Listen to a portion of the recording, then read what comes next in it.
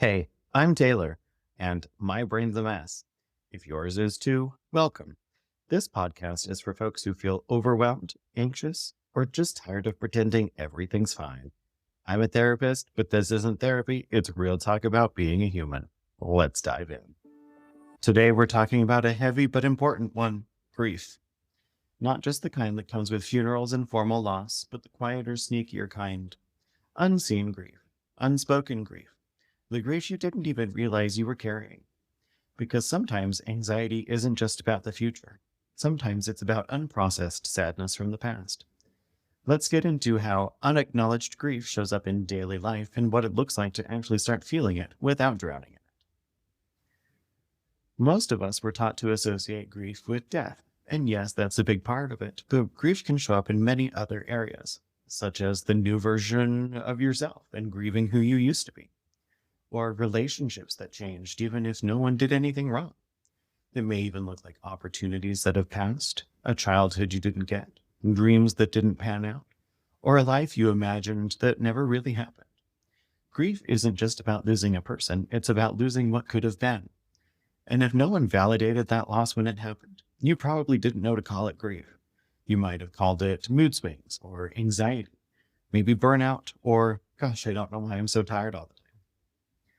So here's where things get twisty. When grief goes underground, it doesn't disappear. It shapeshifts and turns into anxiety. Why? Because anxiety is your system's attempt to control what hasn't been fully felt. It says, don't stop moving. If you stop, you'll feel it. Or stay busy, stay alert, and stay ahead of the sadness. Unfelt grief is often unresolved energy, which leads to internal restlessness. So that low-grade buzzing, the sense that you're waiting for something bad, the tension you carry with no clear source, yeah, it could be grief. If you're carrying grief without realizing it, it might show up as getting emotionally wrecked by songs, commercials, or random Facebook memories, feeling chronically dissatisfied even when things are good, snapping at people over little things, avoiding quiet or stillness because it makes you feel hollow, overreacting when you lose something small because it's tied to deeper loss. Grief doesn't just make you cry. It can make you irritable, detached, frantic. It's not just sadness. It's any emotional residue from something that ended without closure. A lot of us missed our grief because it didn't come along with a quote-unquote big enough loss. No one else acknowledged it. We were too busy surviving. We told ourselves other people have it worse, or we thought we'd already moved on. But grief doesn't care about timelines or comparisons. It's patient. It waits. And it will knock on your door in weird moments until you finally say, okay, I see you over there. This is where most people get stuck on how to feel grief without drowning. They're afraid that if they let it in, it will never stop. But grief that's witnessed moves. It metabolizes. It shifts. Here's some ways to start. First, you might try to figure out and name what you lost, even if it feels small or strange. An idea might be, I miss who I used to be. Or I never got to feel safe in my family. Or I thought that relationship would last.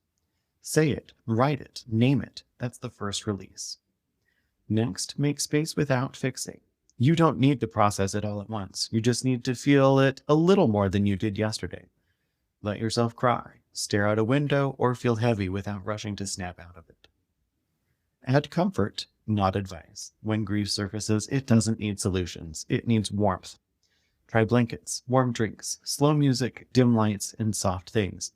Make space where grief can visit without being judged. If you're anxious and just can't quite explain it, if you're hollow in moments that should feel happy, if you're exhausted from holding everything in, you might be grieving something you didn't know you'd lost. And the grief deserves a name, a space, and a softness. You don't have to grieve it alone. You don't have to explain why it matters. It's real because you feel it. That's it for today. Thanks for being here. If this episode helped you feel a little more human, share it with someone who gets it. You'll find links to blog posts, the Safe and Sound Protocol, and other stuff I mentioned at innerhearttherapy.org. Take care of your messy, brilliant brain. I'll catch you next time.